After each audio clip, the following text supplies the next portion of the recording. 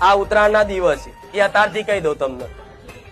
અને ઉત્તરાયણ આવે એટલે ખાસ ધોન એટલું રાખજો, ઉત્તરાયણના દિવસે દાન પૂન કરવાનું મહત્વ વધારે હોય છે.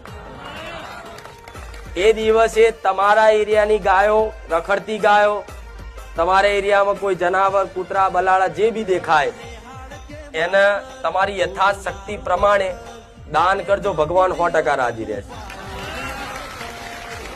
બીજી ખાસ વાત, ગાયો આવશે, તમે ખાલી દિલથી અંદરથી દાન કરવાની ઈચ્છા કરશો ને, ગાયો નહીં હોય ને તો હું ગાય બનીને આવી, એની ચિંતા છોડ દો. બીજી ખાસ વાત, ઉત્તરાયણ આવે છે એટલે આ પક્ષીઓ જો ધીરે ધીરે ધીરે જેમ જેમ પતંગો વધારે ઉડશે ને પક્ષીઓ ઓછા થતા જશે.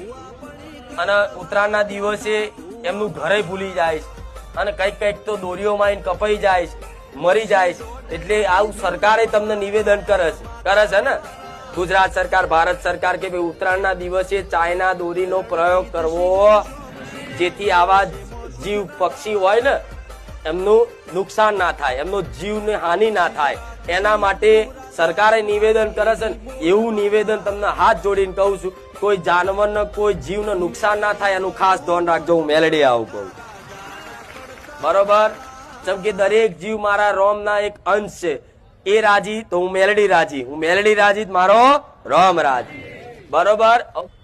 રામની વાવાઝોડું છે ને પવન, તો ગઈ વખતે કીધું તું, ફરી એક વખત કહું છું, ઘેર આવડા સ્પીકર હોય ને તો આવડા મેલજો. ધાબા પર આટલા સ્પીકર હોય તો આટલા મૂકજો. અને ખાસ ઉત્તરાયણના દિવસે મારા રોમની ધજા ધાબા ઉપર લગાવજો ફરજિયાત. હું મેલડી આવું કહું. શું કીધું?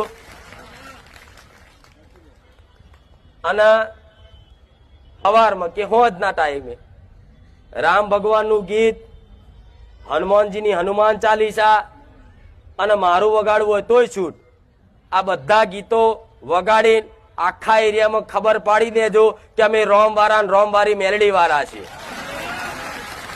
શું કીધું?